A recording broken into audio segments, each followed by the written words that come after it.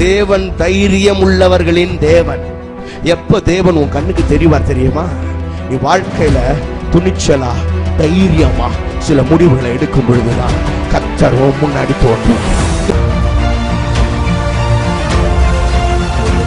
திருவாசன தந்தையில நெருங்கி சேருகிற தைரியம் எதனாலே உண்டானது என்றால், தேவன் அன்பானவர் என்பதை சிங்காசனத்தை விட்டு இறங்கி சிலுவைக்கு வந்து மரித்து, மகனே நீ கிட்ட வா, நான் உன் மேல அவ்வளவு அன்பா இருக்கிறேன் அப்படின்னு ஆண்டவர் அந்த வழியை திறந்து காண்பித்ததுனால அவருக்கு என்ன கெப்பாசிட்டி இருக்கு, உன்னை கொண்டு அவரால் என்ன செய்ய முடியும் அப்படின்றத வச்சுதான் தேவன் உன்னை பார்க்கிறாரு.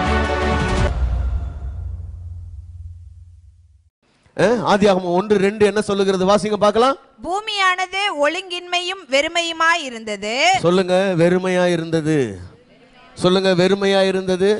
சில நேரங்களில் நாம உருவாக்க நினைக்கும் பொழுது, நம்முடைய எதிர்காலத்தை உருவாக்க நினைக்கும் பொழுது அங்கே வெறுமை இருக்கிறது. சில நேரங்களில் வெறுமை இருக்கு, ஒண்ணுமே இல்லை. வெறுமைன்னா நான் ஒண்ணுமே இல்லை, ஐயா என் கையில ஒண்ணுமே இல்லை, ரொம்ப நல்லதா போச்சு. Praise God. பக்கத்தில் கைப்பிடி சொல்லுங்க, ஒண்ணுமே இல்லாத நிலை தான் ரொம்ப நல்லது. Praise Lord. ஹல்லேலூயா. பாருங்க, ஏற்கனவே ஒரு வீடு இருக்குதுன்னு வைங்களேன், அந்த வீட்டை இப்ப டெமாலிஷ் பண்ணிட்டு கட்டுறது ரொம்ப கஷ்டம். இல்லைன்னா அதை நமக்கேற்றபடி உருவாக்குறது இன்னும் கஷ்டம். நமக்கேற்றபடி மாடிஃபை பண்ணணும்னு வைங்களேன், அது ரொம்ப கஷ்டம். காலி லேண்டா இருக்குதுன்னா அங்க நமக்கேற்றபடி கட்டி கொள்ளலாம். எத்தனை பேர் அதை விசுவாசிக்கிறீங்க? நம்ம விருப்பப்படி ஹாலை பெருசா போட்டுக்கலாம், 2 பெட்ரூம் வேணா போட்டுக்கலாம், இல்லை ஒரே பெட்ரூம் வேணா போட்டுக்கலாம், இல்லை கிரவுண்ட் ஃப்ளோர் ஃபுல்லா பார்க்கிங் ஆக்கிடலாம். எல்லாம் நம்ம விருப்பம் தான். ஏன்னா வெறுமை இருந்தால் ரொம்ப நல்லது. பக்கத்தில் பார்த்து சொல்லுங்க, வெறுமையா இருக்குதுங்க, ரொம்ப நல்லதுன்னு சொல்லுங்க. வெறுமையா இருந்தா ரொம்ப நல்லது. எதுவுமே இல்லையா என்கிட்ட எதுவுமே இல்லை, கையெல்லாம் வெறுமை, ஒண்ணுமே இல்லை, ஜீரோவா இருக்கிறேன், ரொம்ப சந்தோஷம். ஏன்னா தேவன் வெறுமையில் இருந்து தான் சகலத்தையும் உருவாக்கினார் என்று வேதம் சொல்லுகிறது. வெறுமையா இருக்கும் பொழுதுதான் கவனிங்க, ஏன்னா ஏதாவது இருந்ததுன்னா இப்ப 2 வேலை செய்யணும். ஒன்னு இடிக்கணும், அப்புறம் கட்டணும். எரேமியா தீர்க்கதரிசி கிட்ட சொல்றாரு. எரேமியா தீர்க்கதரிசி கிட்ட கர்த்தர் பேசும்போது சொல்றாரு 1ஆம் அதிகாரத்தில், அதெல்லாம் இப்ப போக தேவையில்லை, பார் இடிக்கவும் கட்டவும். இடிக்கணும் கட்டணும், இடிக்கவும் செய்யணும் கட்டவும் செய்யணும், 2 வேலை கொடுத்துக்கிறாரு. இப்ப வெறுமையா இருந்துச்சுன்னா இடிக்கவே வேணாம், வெறும் கட்டுறது மட்டும்தான். Praise the Lord. ஹல்லேலூயா. ஆமா, இடிச்சிட்டு கட்டுறதுன்றது ரொம்ப கஷ்டம். ஆனா இப்ப ஆண்டவர் சொல்றாரு, நீ வெறுமையா இருந்தா கட்டிடலாம். ஒண்ணுமே இல்லையா? ஒன்னும் இல்லை, என்கிட்ட ஒன்றும் இல்லை, வார்த்தை இருக்கிறதா? சொல்லுங்க, வார்த்தை இருக்கிறதா? பாருங்க, வெறுமை இருந்தது, வார்த்தையும் இருந்தது. இங்க வெறுமை இருந்ததுன்னு போட்டிருக்கு, யோவான் 1:1 வார்த்தை இருந்ததுன்னு போட்டிருக்கு. சொல்லுங்க, வெறுமை இருந்தது, வெறுமையை மாற்ற வார்த்தை இருந்தது. நான் சொல்றேன், வெறுமை உன் வாழ்க்கையில் இருக்கா? ஐயா ஒண்ணுமே இல்லையா, எம்டியா இருக்கிறேன், அதை மாற்றுவதற்கான வார்த்தை உங்கள் உள்ளத்திலே இருக்கிறதா? உங்க வாயில இருக்கிறதா வார்த்தை? நான் சொல்றேன், உங்க வாய் வார்த்தையை பேசுகிறதா? நல்ல வார்த்தையை பேசுகிறதா உங்க வாய்? உங்க வாய் நன்மையால் நிரம்பி இருக்கிறதா? சில நேரங்களில் நம்ம வாயை திறந்தா, சில ஆட்கள் பேசும்போது கோபத்தில் என்ன பேசுவாங்க தெரியுமா? என் வாயில ஏதாவது வந்துடும் சொல்லிட்டேன், ஏதாவது வந்துடும் சொல்லிட்டேன். என்ன வந்தது வாயில? நல்லது ஏதாவது வந்ததா? எதுவுமே வரல. நல்லது வந்ததெல்லாம் மோசமானது. ஏற்கனவே வந்து தான் இப்படி இருக்குது, வாந்தி மாதிரி வாழ்க்கை. அப்புறம் நான் இன்னும் வந்துடும் சொல்லிட்டேன்னு. வாழ்க்கையை கொஞ்சம் அழகாக்குவதற்கு வாயை பழக்குவீங்கள். வார்த்தை அழகாகணும்னா வாய் அழகாகணும். அல்லேலூயா. பக்கத்தில் கைப்பிடி சொல்லுங்க, வாய் மாறாம வாழ்க்கை மாறாது. ஆமா, வாயில தான் இருக்குது எல்லாமே. வாய் மாறாம வாழ்க்கை மாறாது. அருமையான தேவனுடைய பிள்ளைகளே, நான் சொல்லுகிறேன், வெறுமையை தேவன் மாற்ற வல்லவராக இருக்கிறார். சில ஆட்கள் சொல்றாங்க, ஐயா என் வாழ்க்கை ரொம்ப கஷ்டம், ரொம்ப தரித்திரம், ஒண்ணுமே இல்லை, சாப்பிட்றதுக்கே ஒன்றும் இல்லை, தினம் சாப்பிட்றதுக்கே கஷ்டப்பட வேண்டியதா இருக்குது. வார்த்தையை எடுத்துக்கொள்ளுங்கள். தேவனுடைய வார்த்தையை எடுங்க. உங்கள் வாழ்க்கையில் என் களஞ்சியங்கள் பூரணமாய் நிரம்பி இருக்கும், என் ஆலைகள் திராட்சரசம் புரண்டு ஓடும், என் அப்பத்தையும் தண்ணீரையும் கர்த்தர் ஆசீர்வதிப்பார், சிங்க குட்டிகள் தாழ்ச்சி அடைந்து பட்டினியா கிடக்கும், கர்த்தரை தேடுகிற எனக்கு ஒரு நன்மையும் குறைவுபடாது, கர்த்தர் என் மேய்ப்பராய் இருக்கிறார், நான் தாழ்ச்சி அடைவேன் என்று உங்கள் இருதயம் எப்பொழுதும் சொல்லட்டும். சொல்ல சொல்ல உன் வெறுமை மாறுகிறத நீ பார்ப்ப, கர்த்தர் உன் வாழ்க்கையை திருப்தியாக்குகிறத நீ பார்ப்ப. அல்லேலூயா. ஆமா, ஒன்று வெறுமை, ரெண்டாவது அங்க என்ன இருக்குது? ஒழுங்கின்மை. சில ஆட்கள் தங்களுடைய வாழ்க்கையை பார்க்குறாங்க, எல்லாம் ஒழுங்கின்மையா இருக்குது. ஐயோ ஐயா, ஒழுங்கினையா, அந்த ஆள் சரியில்லை, அந்த ஆள் தான் சரியில்லைன்னா எனக்கு வந்து பிறந்ததுங்க இருக்குது பார், அதுக்கு மேலே அவன் அதில் சரியில்லை, இதில் சரியில்லை, எல்லாம் ஒழுங்கினும். கரெக்டு. சுற்றி நம்மள நடக்கிறது எதுவுமே சரி கிடையாது. கரெக்டாக தான் சொல்கிறீங்க. ஆனால் ஒன்று, ஒழுங்கின்மை, ஒழுங்கீனம் அங்கே இருந்தது. ஆனால் தேவன் அதை எப்படி மாற்றினார்னா, அந்த ஒழுங்கினத்தை வார்த்தையால் ஒழுங்காக்கினார். ஒழுங்கீனம் வார்த்தையால் ஒழுங்காகும். ஆமென். அல்லேலூயா. சில கணவன்மார்கள் சொல்கிறாங்க, ஐயா என் மனைவி இருக்காளே, எத்தனை தடவை சொன்னாலும் அவளுக்கு அறிவே வராதியா, எப்படி தான் என்ன பண்ணுறது? உன் வார்த்தையை மாற்று. எத்தனை தடவை சொன்னாலும் அறிவே வராதுன்றல்ல, அறிவு வரும். என் மனைவி வீட்டோரங்களில் கனி தரும் திராட்சை செடியை போல் இருப்பாள் என்று வேதம் சொல்லுகிறது. அவள் எனக்கு கிரீடமாய் இருக்கிறாள் என்று வேதம் சொல்லுகிறது. ஆகவே கர்த்தர் எனக்கு நன்மையானதை மட்டுமே தருகிறார், அவள் எனக்கு தந்த மனைவி எனக்கு கிரீடம், எனக்கு வேதனை அல்ல ஆசீர்வாதம்னு பேசணும். முதல்ல வாயை திறந்து எப்படியா பேசினாதான் மாறும், பேசலைன்னா மாறாது. கீழ்ப்படியாத பிள்ளைகள் யா இல்லை, என் பிள்ளைகள் கர்த்தரால் போதிக்கப்பட்டிருப்பார்கள். ரொம்ப பண்ணுதுங்க பசங்க, வளர வளர ரொம்ப சேட்டை. ஆமாம், என் பிள்ளைகள் என் பந்தியை சுற்றிலும் ஒலிவ மர கன்றுகளாக இருப்பார்கள். என் குமாரர்கள் எப்படிப்பட்ட இருப்பாங்க? விருட்சங்களை போல இருப்பார்கள். நானும் என் பிள்ளைகளும் இஸ்ரவேல்ல அடையாளங்களா இருப்போம் அப்படின்னு உன் வாய் மாற மாற மாற உன் வாழ்க்கை மாறுகிறத. எதெல்லாம் ஒழுங்கீனமா நீங்க பார்க்குறீங்களோ அந்த ஒழுங்கீனம் எல்லாம் மாறி சகலமும் ஒழுங்காக மாறுவதை நீங்கள் பார்ப்பீர்கள். Praise God. ஆமென். தேவன் அப்படித்தான் சொன்னார். ஒழுங்கின்மையும் வெறுமையும் மாறிற்று. இப்போ ஒழுங்கினத்தை அங்கே முதல்ல பார்க்குறாரு. பேசி பேசி எல்லாத்தையும் சரி பண்ணுறாரு. கடைசியாக 31வது வசனம் சொல்லுது, கர்த்தர் கண்டார். எப்படி இருக்குதான்? எல்லாம் மிகவும் நன்றாயிருந்தது. அப்ப அந்த ஒழுங்கின்மை மாறிவிட்டது, வெறுமை மாறிவிட்டது.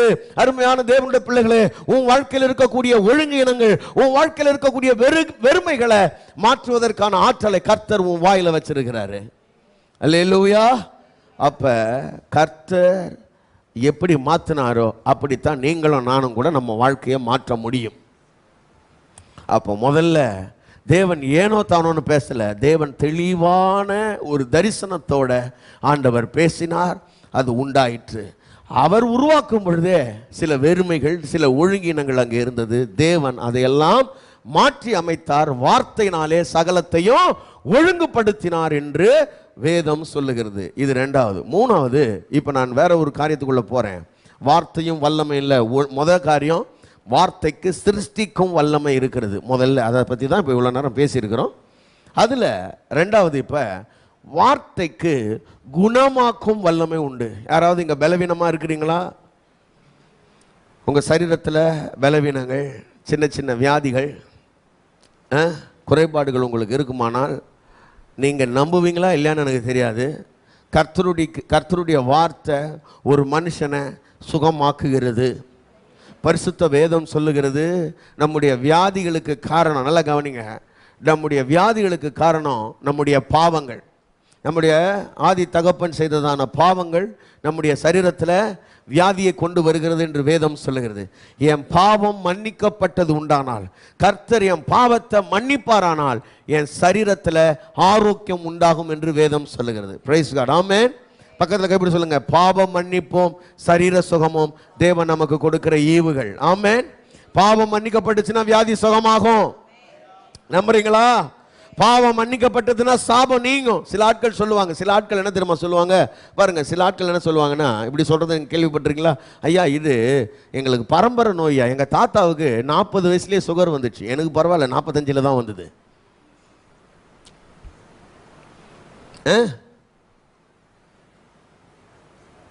எங்க அம்மா கூட இதே மாதிரி தான் என் முதுகொலியில ரொம்ப அவஸ்தைப்பட்டாங்க, எனக்கும் அதே மாதிரி வந்துக்குது பாருங்க. எல்லாம் பரம்பரை நோய் போல இருக்குது, எல்லாம் வரும், அது ஜீனில் இருக்குதுன்னு நீங்கள் நினச்சினீங்க.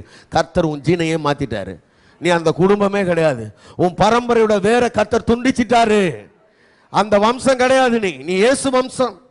எல்லாரும் சொல்லுங்க, நான் இயேசு வம்சம். ஆமா, என் தலைமுறை சாபங்கள் முறிந்தது, என் தலைமுறைகள் சாபம் முறிந்தது, அந்த பாரம்பரிய வியாதிகள் முறிந்தது. கர்த்தர் உன்னுடைய பாரம்பரியத்திலிருந்து உன்னை அந்த வேர்ல இருந்து வெட்டி எடுத்து, ஆதாமுடைய வேர்ல இருந்து வெட்டி எடுத்து கிறிஸ்டியன் வேரோட கர்த்தர் உன்னை ஒட்ட வச்சிருக்கிறாரு. உன் தலைமுறை பாவங்கள் முறிந்தது, சாபங்கள் முறிந்தது. எந்த பாரம்பரிய வியாதியும் உனக்கு வர வேண்டிய அவசியம் கிடையாது. பிரைஸ் காட், ஹல்லேலூயா. அதனால எங்க அப்பாவுக்கு வந்தது, தாத்தாக்கு வந்தது, எங்க ஆயாக்கு வந்தது, எங்க சின்ன ஆயாக்கு வந்தது, எங்க சித்திக்கு வந்தது, அதனால எனக்கு வரும்னு நீ சொன்னா அதெல்லாம் நம்பாதீங்க. ஹல்லேலூயா. சத்தமா சொல்ல மாட்டீங்களே அல்லேலூயா. ஆமா, கவனிங்க அருமையான தேவனுடைய பிள்ளைகளை, ஒரு வசனத்தை வாசிக்கலாம். சங்கீதம் 107:20. சங்கீதம் 107:20. அவர் தமது வசனத்தை அனுப்பி, அவர் தமது வசனத்தை அனுப்பி அவர்களை குணமாக்கி, அவர்களை அழிவுக்கு தப்புவிக்கிறார். அவர் தமது வசனத்தை அனுப்பி என்ன பண்றாரா? குணமாக்குகிறார். நல்லா ஞாபகம் வச்சுங்க. இப்ப வார்த்தை என்ன பண்ணுகிறது என்றால் குணமாக்குகிறது. எல்லாரும் சொல்லுங்க, வார்த்தை குணமாக்குகிறது. சொல்லுங்க, வார்த்தை குணமாக்குகிறது. அப்ப வார்த்தைக்கு குணமாக்கும் ஒரு வல்லமை இருக்கிறது. முதல்ல வார்த்தை உருவாக்கும் வல்லமை இருக்கிறதுன்னு சொன்னேன். இப்ப ரெண்டாவது வார்த்தைக்கு குணமாக்கும் வல்லமை இருக்கிறது. அன்றைக்கு கர்த்தர் வார்த்தையை அனுப்பி என்ன பண்ணாரானா சுகமாக்கினாராம். அருமையான தேவனுடைய பிள்ளைகளே, இன்றைக்கு இந்த கால வேளையில தேவன் நம்ம வாழ்க்கைக்குள்ள ஒரே ஒரு வார்த்தையை அவர் அனுப்புவாரானால் அந்த வார்த்தையின் மூலமாக நம்முடைய வாழ்க்கையில் இருக்கிற சகல வியாதிகளும் நீங்கி நாம் ஆரோக்கியத்தோடும் சுகத்தோடும் வாழ்வோம் என்பதில் சந்தேகமே கிடையாது. ஆமென். எத்தனை பேர் விரும்புறீங்க தேவன் நாம சுகத்தோட தான் இருக்கணும்னு நினைக்கிறாரு? நீங்க நினைக்கிறீங்களா? இல்லைன்னா ஆண்டவர் உங்களை அவனுக்கு ரொம்ப சரீரத்தில் பலம் கொடுத்துட்டோன்னா அவன் ரொம்ப துள்ளுறான், அதனால அவன் கையில் காலில் ஏதாவது 2 நோயை கொடுத்து அவனை படுக்க வச்சாதான் அவன் சரிப்பட்டு வருவான்னு நினைக்கிறாரா? என்ன நினைக்கிறீங்க? தேவனை எப்போவுமே இந்த மாதிரி கொஞ்சம் வில்லன் மாதிரி பார்த்தா தான் கொஞ்சம் சிலருக்கு பிடிக்குது. கை காலில் முறிச்சிட்டாதான் ரொம்ப அண்ணா கொஞ்சம் என்ன பண்ணிட்டு வரான், லைட்டாக தட்டி வைப்பாரான். நம்மளை தட்டி வச்சாதான் நம்ம கொஞ்சம் சரிப்பட்டு வருவோமா? அப்படிலாம் கிடையாது. தேவனுடைய சுகத்தை விரும்புகிறார். தேவனுடைய விருப்பம் சுகம். பாருங்க, வியாதியை நாம் வர வச்சுக்கிறோம். நான் சொல்லுவேன்ல அடிக்கடி, 1 கொரிந்தியர் 11 வாசிக்கும் போது கூட அது நம்முடைய இருதய கடினம் தான் வியாதியை வரவழைக்குதே தவிர தேவன் வியாதியை கொடுக்கவில்லை. தேவன் யாருக்கும் வியாதியை கொடுக்க மாட்டார். என் இருதய கடினம், என்னுடைய கீழ்ப்படியாமை, என்னுடைய முறுமுறுப்பு, என் இருதய கசப்பு, மற்றவங்களை மன்னிக்க முடியாத சுபாவம், என்னுடைய ஒடுங்கிய ஆவி, என்னுடைய முறுமுறுக்கிற சுபாவம், குறை கூறுகிற சுபாவம், என்னுடைய பொறாமை, இவைகள் தான் என் வாழ்க்கையில் வியாதியை கொண்டு வருகிறது தவிர தேவன் எனக்கு வியாதியை கொடுக்கவில்லை. பக்கத்தில் கைப்பிடி சொல்லுங்க, தேவன் வியாதியை கொடுக்க மாட்டாரு. ஆமா, தேவன் யாருக்கும் வியாதியை கொடுக்கிறவர் இல்லை. அவரு அங்க கொரியர் ஆபீஸ் நடத்தல 2 கட்டி இந்த ஊருக்கு பார்சல், கொருக்குப்பேட்டைக்கு 2 கட்டி பார்சல், ஆமா 3 ஆஸ்மா தண்டையார்பேட்டைக்கு பார்சல், விடாத தலைவலி 1 இந்த பக்கம் ஏதாவது சொல்லுங்க கொடுங்கியூருக்கு பார்சல் அப்படின்னு ஆண்டவர் பார்சல் அனுப்பிக்கிட்டு இல்லை வியாதிகளை. ஆண்டவர் அந்த மாதிரிலாம் செய்கிறவர் கிடையாது. ஆண்டவர் வைத்தியர். ஆமே, நானே உன் பரிகாரியாகிய கர்த்தர். எகிப்தியருக்கு வர பண்ணின வியாதி ஒன்றையும் உனக்கு வர பண்ணேன். அதான் ஆண்டோட விருப்பம். ஒரு வியாதியும் உனக்கு வராது. வியாதி வந்தா வியாதியை உன்னை விட்டு விலக்குவேன் அப்படின்றது தான் கர்த்தருடைய வாக்கு தத்துவம். அப்ப தேவன் தம்முடைய வார்த்தையை அனுப்பி சுகமாக்குறார். கவனிங்க, இத பரிசுத்த வேதத்துல ஒரு புறஜாதியான ஒரு மனுஷன் இதை ரொம்ப அழகா புரிஞ்சிருக்கிறான். அவர் வார்த்தை சொல்லிட்டா போதும் சுகம் கிடைக்கும் அப்படின்னு ஒரு மனுஷன் தெளிவாக புரிஞ்சிட்டதுனால இயேசு கிறிஸ்து ஊழியம் செய்த நாட்களில் மத்திய 8ஆம் அதிகாரத்தில் நீங்கள் அதை வாசிச்சிங்க. இப்போ நம்ம அதை வாசிக்க கேட்டோம். இயேசு கிறிஸ்து ஊழியம் செய்த நாட்களில் ஒரு 100க்கு அதிபதி ஒருத்தன் இயேசு கிறிஸ்து கிட்ட வரான். வந்து அவர்கிட்ட அவன் பாருங்க ஒரு நல்ல 100க்கு அதிபதி அவன். ஏன் அப்படின்னா வேலைக்காரனுக்காக ஜெபம் பண்ணுறான் பாருங்க. பிரைஸ் காட், ஆமென்.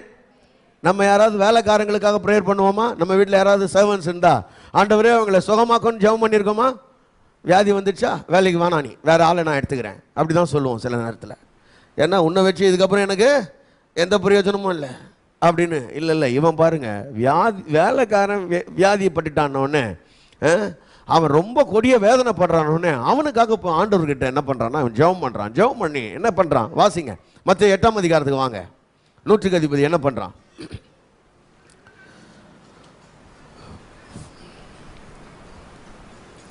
6வது வசனம். ஆண்டவரே, ஆண்டவரே, என் வேலைக்காரன் வீட்டிலே திமிர்வாதமாய் கிடந்து கொடிய வேதனைப்படுகிறான் என்று அவரை வேண்டிக் கொண்டார். கவனிங்க, கொடிய வேதனைப்படுறான். அவன் ரொம்ப கஷ்டப்படுறான். என் வீட்டில் வேலைக்காரன் ரொம்ப வேதனைப்படுறான் அப்படின்னு உடனே இவனுக்கு பாருங்க ஒரு நல்ல பம்பர் அடிக்குது. என்ன பம்பர் தெரியுமா?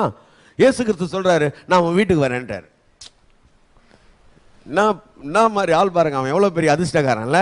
இயேசு நான் உன் வீட்டுக்கு வரேன்ட்டார். பாருங்க, உங்களுக்கு தெரியுமா அந்த ஊரில் இருந்த ஒரு கவர்னர் கூப்பிடுறான் அவரை. ஏரோது கூப்பிடுறான் அவரை நான் பார்க்கணும்னு, வரமாட்டேன்றாரு. ஊர்ல பெரிய ஆளுநர் கூப்பிடுறான், வரமாட்டேன்றாரு. இவன் வீட்டுக்கு வரேன்றாரு தானா முன் வந்து, நான் வரேன்ப்பா அப்படின்னா அவன் சொல்றான் ரொம்ப அற்புதமா, ஐயோ சாரியா, நீங்க என் வீட்டுக்கு வர்றதுக்கெல்லாம் நான் ஒருத்தான ஆள் இல்லை. நான் அந்த அளவுக்கு தகுதியான ஆள்லாம் கிடையாது. நீங்க தெய்வம், நீங்க பரிசுத்தர், நீங்க உன்னதர். நீங்க என் வீட்டுக்கு வர்ற அளவுக்குலாம் நான் அந்த அளவுக்கு ரொம்ப நல்லவெல்லாம் கிடையாது. எனக்கு ஒன்னே ஒன்று மட்டும் நீங்கள் செய்யுங்க. அவன் சொல்கிறான் பாருங்க. அவன் பாருங்களேன், அவன் அந்த வார்த்தையோட வல்லமை அறிஞ்சவன். ஏன்னா ஒரு 100க்கு அதிபதியாக இருக்கிறான். இராணுவத்தில் அவனுக்கு கீழே சில சேவகர்கள் இருக்கிறாங்க. அவன் சொல்கிறான், நீ போடா அப்படின்னா என் சேவகன் என் பேச்சை மறுக்காம அப்படியே போகிறான். ஒருத்தனை வா அப்படின்னு கூப்பிட்டா ஒருத்தன் வரான், வான்னா வரான், போன்னா போகிறான். ஒருத்தனை இதை செய் என்றா மறு பேச்சு பேசாம செய்யறான். அவன் சொல்றான், என் வார்த்தைக்கு சாதாரண ஒரு 100க்கு அதிபதி நான், என் வார்த்தைக்கு இவ்வளவு பவர் இருக்கும் நான்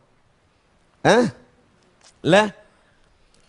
ஒருத்தரை வான்னா வரான், போனா போறேன், என் வார்த்தைக்கு இவ்வளவு வல்லமை இருக்கும்னா வானத்தையும் பூமியும் படைச்ச சர்வ வல்லமுள்ள தெய்வம் நீங்க, உங்க வார்த்தைக்கு எவ்வளவு பவர் இருக்கும். அதனால ஒரே ஒரு வார்த்தை சொல்லுங்க அவன் பிழைக்கணும்னு. இயேசு கிறிஸ்து அப்படியே ரொம்ப ஆச்சரியமா பார்க்கிறார். அவனை ஆச்சரியமா பார்த்துட்டு, என்னப்பா இவனோட இப்படி இருக்கான்னு சொல்லிட்டு திரும்பி பார்த்து சொல்றாரு, இஸ்ரவேலருக்குள்ளும். கவனிங்க, ஏன்னா அவன் ஒரு இஸ்ரவேலன் கிடையாது. இஸ்ரவேலருக்குள்ளும் இப்படிப்பட்ட விசுவாசத்தை நான் பார்த்ததே கிடையாது. சில நேரத்தில் ரொம்ப ஆச்சரியமா இருக்குது. ஏன்னா பாருங்க, ஆண்டவரை அறியாத மக்கள் கூட ஆண்டவர் மேல அவ்வளவு நம்பிக்கையா இருப்பாங்க. சபைக்கு அவன்லாம் பாருங்க, என்னைக்காவது ஒரு நாள் வருவான், ஆசீர்வாதத்தை வாங்கிட்டு போயிடுவான். அவன் ஒரு நாள் ஜெபம் பண்ணாலே உடனே அற்புதம் நடந்துடும். ஏன்னா அந்த அளவுக்கு அவனுக்கு விசுவாசம் இருக்கும். சில ஆட்கள் பாருங்க, நம்ம காலமெல்லாம் வரோம், ஏதோ போவோம் கோயிலுக்கு, போய் வருவோம். அங்கே ஏதாவது நடந்துச்சுன்னா நடக்கட்டும், நடக்கலன்னா போட்டோம், என்ன பண்ணுறது, ஆண்டவர் மட்டும் என்ன பண்ணிடுவார், நமக்கு அவரால் மட்டும் என்ன பண்ணிட முடியும் அப்படின்ற ஒரு எண்ணத்தோடு நம்ம சபைக்கு வரோம். அதனால தான் நிறைய நேரத்தில் நமக்கு பெரிய காரியங்கள் நடக்க மாட்டேங்குது. இஸ்ரவேலருக்குள்ளும் இப்படிப்பட்ட விசுவாசத்தை நாம் பார்க்கல அப்படின்னு அவர் ஆச்சரியப்பட்டுட்டு அதுக்கு பிறகு ஒரு காரியத்தை அவங்களோட பேசுறாரு பாருங்க. அதுக்கு பிறகு பாருங்க, ரொம்ப முக்கியமான விஷயத்தை சொல்றார். கிழக்கிலும் மேற்கிலும் இருந்து வந்து பரலோக ராஜ்யத்தில், ஆமா பாருங்க யார சொல்றாரு, இந்த மாதிரி புறஜாதியார. இவன் ஒரு 100க்கு அதிபதி, ஒரு புறஜாதியான மனுஷன். அவர் சொல்றாரு, நிறைய பேரு வெளியில இருந்து வந்து கிழக்கிலும் மேற்கிலும் தெற்கிலும் இருந்து வந்து ராஜ்யத்துக்குள்ள போவாங்க. ஆனா ராஜ்யத்தின் புத்திரரோ, அந்த ஆசீர்வாதத்துக்குனே அழைக்கப்பட்டான் பாருங்க, அவன் எங்க போயிடுவான்? ஏன் ஏன்னா இந்த ஃபெய்த் அவனுக்கு இல்லை. வார்த்தை என்ன ஆசீர்வதிக்கும், வார்த்தை என்ன வழி நடத்தணும் விசுவாசம் அவனுக்கு இல்லாததுனால எங்க போயிடுவானா, புறம்பான இருளில் போயிடுவான்னு சொல்லிட்டு அவர் சொல்றாரு. பாருங்க, சொன்ன மாத்திரத்தில் அந்த நூற்றுக்கு அதிபதியை பார்த்து சொல்றாரு, நீ போகலாம், உன் விசுவாசித்தபடியே உனக்கு ஆக கடவுதுன்றாரு. பாருங்க, இல்லை கவனிங்க, இங்க அவர் என்ன சொல்றாரு, நூற்றுக்கு அதிபதியை நோக்கி நீ போகலாம், நீ விசுவாசித்தபடியே. இயேசு கிறிஸ்து இப்ப அவர் வாயிலிருந்து அவன் பிழைப்பான், அவன் சுகமாவான் ஏதாவது சொன்னாரா? ஏதாவது சொன்னாரா? என்ன சொன்னாரு? நீ போகலாம், நீ விசுவாசித்தபடியே. அப்ப அவன் என்ன விசுவாசிச்சான்? இங்க பாருங்க, அவன் என்ன விசுவாசிக்கிறான்? ஒரு வார்த்தை, ஒரு வார்த்தை மாத்திரம் சொல்லும், அவன் பிழைப்பான். நீர் சொல்லும் பிழைப்பான், நீ சொன்னா பிழைப்பான், நீ சொன்ன பிழைப்பான். கவனிங்க, இவனுடைய அறிக்கை என்னவா இருக்கிறதுனா, அவர் சொன்னார்னா இவன் பிழைப்பான். அதாவது அவர் பேசினா இவன் என்ன ஆயிடுவான், பிழைச்சிடுவான். இப்ப அவரு அவன் பிழைப்பான், அவன் சுகமாவான் எதுவுமே சொல்லல, இவன் அறிக்கையை வச்சு அவனை சுகமாக்கிட்டாரு. Price God. நீ என்ன விசுவாசிக்கிறியோ அது உனக்கு நடக்கட்டும்ட்டாரு. Price God. ஆமென். பக்கத்துல கைப்பிடி சொல்லுங்க, நீ என்ன விசுவாசிக்கிறியோ அதான் உனக்கு நடக்க போகுது, நீ என்ன பேசுறியோ அதான் உனக்கு ஆக போகுது. Praise the Lord. அல்லேலூயா. நீ என்ன பேசுறியோ அதான் உன் வாழ்க்கையில சம்பவிக்க போகுது. நிறைய நேரத்துல நாம வேண்டாததெல்லாம் பேசி பேசி வேண்டாததை வாழ்க்கைக்குள்ள வரவழைச்சுக்கிறோமே தவிர வேண்டியதை பேசி வேண்டியதை வரவழைக்க நமக்கு தெரியல. அவன் பிழைப்பான் என்று இவன் சொன்னான், பிழைத்தான். இவன் வார்த்தையின்படிதான் பிழைச்சான். நல்லா கவனிக்கணும், இவன் வார்த்தையின்படிதான் அவன் பிழைச்சான். Price God. உங்களுக்கு விளங்குதா? உங்களுக்கு விளங்குதா? இவன் வார்த்தை, இவன் விசுவாசம், அதனால தான் வேலைக்காரன் சொஸ்தமானா. இயேசு கிறிஸ்து அங்க வேற எதுவுமே என்ன பண்ணல, செய்யல. அவன் வீட்டுக்கு போல, அவனை தொடல, அவனுக்கு என்ன பூசல, ஜெபம் பண்ணல. ஏன்னா இவன் விசுவாசத்தை கர்த்தர் மெச்சி கொண்டார், அதை வாய்க்க பண்ணினார். நான் சொல்றேன், உங்களை கர்த்தர் இங்க நீங்க வந்திருக்கீங்கன்னா உங்க விசுவாசத்தை அவர் பார்க்கட்டும், உங்க உள்ளங்களை அவர் பார்க்கிறாரு. கவனிங்க, ஆண்டவரே என்னை நீர் இங்க பாருங்க. அடுத்தது இன்னொருத்தன், இப்போ இதுக்கு முன்னாடியே தான் இது இருக்குது, ஆனால் அதை கொஞ்சம் மார்க்கில் வாசிக்கலாம். என்னன்னா, ஒரு குஷ்டரோகி ஒருத்தன் வந்து இயேசு கிறிஸ்துக்கிட்ட என்ன கேட்டானா, ஆண்டவரே உமக்கு சித்தமானால். அதாவது அவர் ரொம்ப, சில நேரத்தில் நாம் ஜபமே இப்படி தான், ரொம்ப பரிசுத்தவான்கள், நம்ம ஜபமே கொஞ்சம் ஹையாக தான் போனோம். என்ன தெரியுமா பண்ணுவோம், என்ன நீர் ஆசீர்வதிக்கிறது உமக்கு சித்தமானால், இல்லை நான் இப்படியே கஷ்டப்படுறது உமக்கு சித்தமானால் நான் கஷ்டப்படுறேன் ஆண்டவரே, அந்த கேட்டகரி அவர். அதாவது நான் குஷ்டரோகத்தில் இருக்கிறது தான் உங்களுக்கு விருப்பம்னா, அதாவது என்ன சொல்றாரு அவரு, நான் பாவி, என் பாவத்துக்கான தண்டனையை நான் சுமக்கிறதுக்கு தயாரா இருக்கிறேன், நீங்க இது உங்களால வந்த தண்டனை நான் ஏத்துக்கிறதுக்கு தயாரா இருக்கிறேன். அதே நேரத்தில் சுகம் உங்க சித்தம்னா எனக்கு சுகம் தாங்க. எவ்வளவு நல்ல ஜபம் இல்ல? ஆமான்றீங்க. ஆண்டவர்கிட்ட வரும்போது எது அவருக்கு சித்தம்னு முதல்ல தெளிவா தெரிஞ்சுக்கணும். மார்க் 1ஆம் அதிகாரத்துக்கு வாங்க.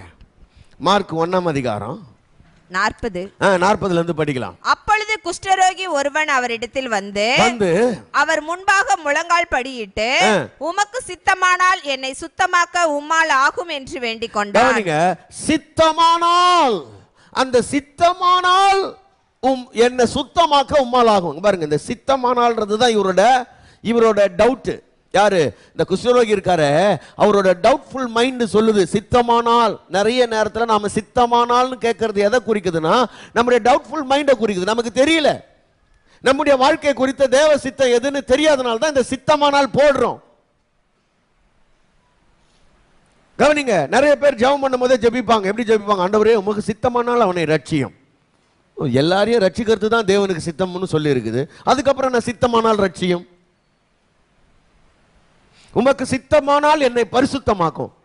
நாம் எல்லாரும் பரிசுத்தம் உள்ளவர்கள் ஆக வேண்டும் என்பதுதான் தேவனுடைய சித்தம்னு சொல்லி இருக்கு தெசலோனிக்கேயர்ல. அப்புறம் என்ன சித்தமானால் பரிசுத்தமாக்கும்? அப்ப கவனிங்க, நாம எல்லாரும் வாழ்ந்திருப்பது, ஆசீர்வதிக்கப்படுவது, நன்மைகளால் நிரப்பப்படுவது, இப்படி பல காரியங்கள் தேவனுக்கு சித்தமானது. அதுக்கு சித்தமானு கேட்டு என்ன பண்ண தேவையில்லை. பாருங்க, பொதுவான தேவ சித்தம்னு சிலதெல்லாம் இருக்குது. பிரைஸ் காட், ஆமென். பக்கத்துல எப்படி சொல்லுங்க, பொதுவான தேவ சித்தம். அதுனா எல்லாருக்கும் காமன். எல்லாரும் ரட்சிக்கப்படணும், எல்லாரும் பரிசுத்தமாகணும், எல்லாரும் நீதிமான் ஆகணும், எல்லாரும் ஆசீர்வதிக்கப்படணும், எல்லாரும் பரலோகம் வரணும், எல்லாரும் ஊழியம் செய்யணும். இது எல்லாரும் குறித்து தேவனுடைய சித்தம். அதுல ஒவ்வொருத்தருக்கு தனித்தனியான அழைப்புகள் இருக்குது. அந்த அழைப்புகளை பற்றி தேவனுடைய சித்தங்கள் வித்தியாசமா இருக்கும். நான் என்ன செய்ய சித்தமா இருக்கிறேன், பவுல் கேட்ட மாதிரி அதுல மட்டும் தேவ சித்தம் கேட்டு ஓடுங்க. பிரைஸ் காட், ஆமென். மற்ற எல்லாம் தேவ சித்தம் தான். சுகம் தேவ சித்தம் தான். பிரைஸ் காட், அல்லேலூயா. அப்ப கவனிங்க, உமக்கு சித்தமானால் அவனுடைய டவுட்ஃபுல் மைண்டை காட்டுதா. இப்ப இயேசு கிறிஸ்து என்ன சொல்றாரு அங்க பாருங்க. இயேசு மனதுருகி கையை நீட்டி அவனை தொட்டு எனக்கு சித்தம் உண்டு சுத்தமாகு என்றார். சொல்லுங்க, எனக்கு சித்தம் உண்டு. நீ சுகமாவது தேவ சித்தம். எத்தனை பேர் நம்புறீங்க? உன் ஆரோக்கியம் தேவ சித்தம். ஆமா, வியாதி தேவ சித்தம் இல்ல. சில ஆட்கள் சபையில எங்கேயாவது சொன்னாங்கன்னா நீ வியாதியோடு இருந்துதான் வாழ வேண்டும் என்று கர்த்தர் சொல்லுகிறார். கிடையாது, பொய். அதை நம்பாத. அதை இயேசுவின் நாமத்தில் கேன்சல் பண்ணு. நீ வியாதியோடு இருப்பது தேவ சித்தம் கிடையாது. பிரைஸ் காட், ஆமென். சில நேரங்களில் நான் சொல்றேன் பாருங்க, சில நேரத்தில் நம்ம உடம்ப ஒரு பக்கம் நாமளே எங்கேயாவது கெடுத்துக்கிட்டோம்னா, சில நேரத்தில் நாமளே கெடுத்துக்கிறோம் தானே. சில நேரத்தில் ஒழுங்காக சாப்பிடாம தூங்காமல் அப்படி ஏதாவது பலவீனம் வந்தாலும் உன் பலவீனத்தில் என் பலன் பூர்ணமாய் விளங்கும். ஆமென். ஆமாம், அப்படி ஒருவேளை நம்ம சரீரம் வியாதிப்பட்டாலும் கூட அதில் கர்த்தர் பலனை தந்து நம்மளை அவருக்கு சாட்சியாக வாழ வைப்பார். ஆச்சரியப்படுறோம், என்னப்பா இதை வச்சு எப்படிப்பா இருக்கிற? அது அவர் கிருபை தான். பிரைஸ் தி லார்ட், ஆமென். அப்போ தேவன் நம்முடைய சுகத்தை விரும்புகிறார். எனக்கு சித்தம் உண்டு சுத்தமாகு என்று சொல்லுங்க. சுத்தமாகு என்றார். அடுத்த வசனம் என்ன சொல்லுது? இப்படி அவர் சொன்ன உடனே குஷ்டரோகம் அவனை விட்டு நீங்கிற்று. சொன்ன உடனே சொல்லுங்க, சொன்ன உடனே சுகமானான். சொன்ன உடனே சுகமானான். அவர் சொன்னாரு, சுகமாயிட்டான். அவர் சொன்னாரு, சுகமாயிட்டான். எத்தனை பேர் சொல்றீங்க அவர் சொன்னாரு, சுகமாயிட்டான்? அல்லேலூயா. அங்க அவர் சொல்லவே இல்லை, அவன் தான் சொன்னான். இங்க இவர் சொல்றாரு, சுகமாயிட்டான். ஆக வார்த்தை என்னை குணமாக்கும். ஆமென் சொல்லுங்க பார்க்கலாம். வார்த்தை உன்னை குணமாக்கும், உன்னை கட்டி எழுப்பும், உன்னை ஆசீர்வதிக்கும். நாம் எல்லாரும் எழுந்து நிற்போம், தேவனை நோக்கி பார்க்கலாம். ஆண்டவருடைய கரங்களை நம்ம ஒப்பு கொடுத்து, ஹல்லேலூயா. தேவனுடைய வார்த்தை நம்மை குணமாக்கும். தேவன் சகலத்தையும் சிருஷ்டிக்கிற தேவன். எல்லாரும் உள்ளத்தின் ஆழத்திலிருந்து தகப்பனே உமக்கு நாங்கள் நன்றி செலுத்துகிறோம். எங்களுடைய வாழ்க்கையை குறித்ததான உம்முடைய உன்னதமான திட்டத்திற்காக நன்றி ஆண்டவர். ஹல்லேலூயா. நன்றி ஆண்டவர். எல்லாரும் நன்றி சொல்லுங்க. ஹல்லேலூயா. உமக்கு நன்றி, உமக்கு நன்றி, உமக்கு நன்றி ஆண்டவரே, உமக்கு நன்றி. ஹல்லேலூயா. எங்களுடைய வாழ்க்கையை குறித்ததான உம்முடைய அற்புதமான திட்டங்களுக்காக நாங்கள் நன்றி செலுத்துகிறோம். ஹல்லேலூயா, ஹல்லேலூயா. ஆண்டவருடைய கரங்களில் தகப்பனே என்னுடைய நாவை ஆண்டவரே நீர் ஆளுகை செய்வீராக. என்னுடைய வார்த்தை என்னுடைய வாழ்க்கையை மாற்றும் என்று சொல்லி இருக்கிறீரே. வெறுமையாயிருக்கிற எங்களுடைய வாழ்க்கை சகல நன்மையான ஆசீர்வாதங்களால நிரம்பும் என்பதை நாங்கள் அறிந்திருக்கிறோம். வார்த்தையினால் எங்களுடைய வாழ்க்கை சகல நன்மைகளாலும் நிரம்பும் என்பதை பார்த்தோம் ஆண்டவரே. வார்த்தையினால் எங்களுடைய வாழ்க்கையில் இருக்கிற சகல ஒழுங்கினங்களும் மாறும் என்பதை நாங்கள் பார்த்தோம். வார்த்தை எங்களுடைய வாழ்க்கையை குணமாக்கும், எங்களுக்கு ஒரு தெய்வீக சுகத்தை கொடுக்கும் என்பதை நாங்கள் பார்த்தோம். ஆண்டவரே, வார்த்தையின் மூலமாய் உண்டாகிற இப்படிப்பட்ட நன்மைகளுக்காய் ஸ்தோத்திரம். எங்களுடைய வார்த்தையையும் கர்த்தர் மாற்றுவீராக. எங்களுடைய வார்த்தையை மாற்றி எங்களுடைய வாழ்க்கையை கர்த்தர் மாற்றுவீராகப்பா. எங்களுடைய வாழ்க்கையை கர்த்தர் மாற்றுவீராக. எங்களுடைய வாழ்க்கை மாறுவதற்காக நன்றி. உமக்கு நன்றி ஆண்டவரே, உமக்கு நன்றி தகப்பனே. உம்முடைய தயவுள்ள கரங்களில் எங்களை அர்ப்பணிக்கிறோம். வந்திருக்கிற ஒவ்வொருடைய நாவை கர்த்தர் தொடுவீராக. ஆண்டவரே, உம்முடைய அக்கினி அவருடைய நாவை தொடட்டும். பரிசுத்த ஆவியானவருடைய நாவை தொடுங்கப்பா. ஆசீர்வாதத்திற்கு நேராக, நன்மைகளுக்கு நேராக இந்த நாவுகள் திருப்பப்படுவதாக. கர்த்தர் ஆளுகை செய்யுங்க ஆண்டவரே. உடைய பிள்ளைகளுடைய வாழ்க்கையில அவர்கள் எதிர்பார்த்திருக்கிற நன்மைகள், அவர்கள் போக விரும்பும் இடம் எதுவோ அதற்கு நேராக தங்களுடைய வாழ்க்கையை நடத்த கர்த்தர் அவர்களுக்கு பயிற்சியை கொடுங்க ஆண்டவரே. அதற்கு வேண்டிய பயிற்சியை கர்த்தர் தாங்க. நன்மைகளால் நிரம்பட்டும், வாழ்க்கை ஆசீர்வதிக்கப்படட்டும், தரித்திரங்கள் மாறட்டும், வறுமைகள் மாறட்டும், வியாதி பலவீனங்கள் மாறட்டும், ஆவிக்குரிய மந்த நிலைமைகள் மாறட்டும். கர்த்தரோடு நெருங்கி ஜீவிக்க, கர்த்தருக்கு மகிமையாய் சாட்சியாய் வாழ தேவன் அனுக்கிரகம் பண்ணுவீராகப்பா. கிருபை உள்ள கரத்தில் ஒப்பு கொடுக்கிறோம். கர்த்தருடைய பிள்ளைகளை ஆசீர்வதியும். அவர் நினைக்கிறதற்கும் வேண்டிக் கொள்வது அதிகமாய் கர்த்தர் காரியங்களை வாய்க்க பண்ணுங்க. தீங்களுக்கு விலைக்கு காப்பீராக அர்ப்பணிக்கிறோம். ஆசீர்வதியும். இயேசு கிறிஸ்துவின் மூலம் ஜெபிக்கிறோம் நல்ல பிதாவே, ஆமென், ஆமென். சேர்ந்து சொல்லுவோம். என் ஆத்துமாவே கர்த்தரை ஸ்தோத்திரி, முழுமையுடைய பரிசுத்த நாமத்தை ஸ்தோத்திரி. என் ஆத்துமாவே கர்த்தரை ஸ்தோத்திரி, அவர் செய்த சகல உபகாரங்களையும் மறவாதே. ஆமென். நம்முடைய கர்த்தராகிய இயேசு கிறிஸ்துவின் கிருபையும் பிதாவாகிய தேவனுடைய அன்பும் பரிசுத்த ஆவியானுடைய அன்பின் ஐக்கியமும் சிநேகமும் இப்பொழுதும் எப்பொழுதும் நம்மோடும் உலகத்துள்ள சகல பரிசுத்தவோடு தங்கி இருப்பதாக. ஆமென், ஆமென். அல்லேலூயா, அல்லேலூயா, அல்லேலூயா. God bless you. கர்த்தர் உங்களை ஆசீர்வதி. ஆராதனை நேரங்கள் ஞாயிறு காலை 7 மணி, மாலை 6:30 மணி. எங்களை தொடர்பு கொள்ள வேண்டிய தொலைபேசி எண்கள் 92-831-6062, 98-406-7235. எங்களை தொடர்பு கொள்ள வேண்டிய முகவரி அகாப்பே சபை, எண் 189, EH ரோட், கொருக்குப்பேட்டை, சென்னை 6,21,000.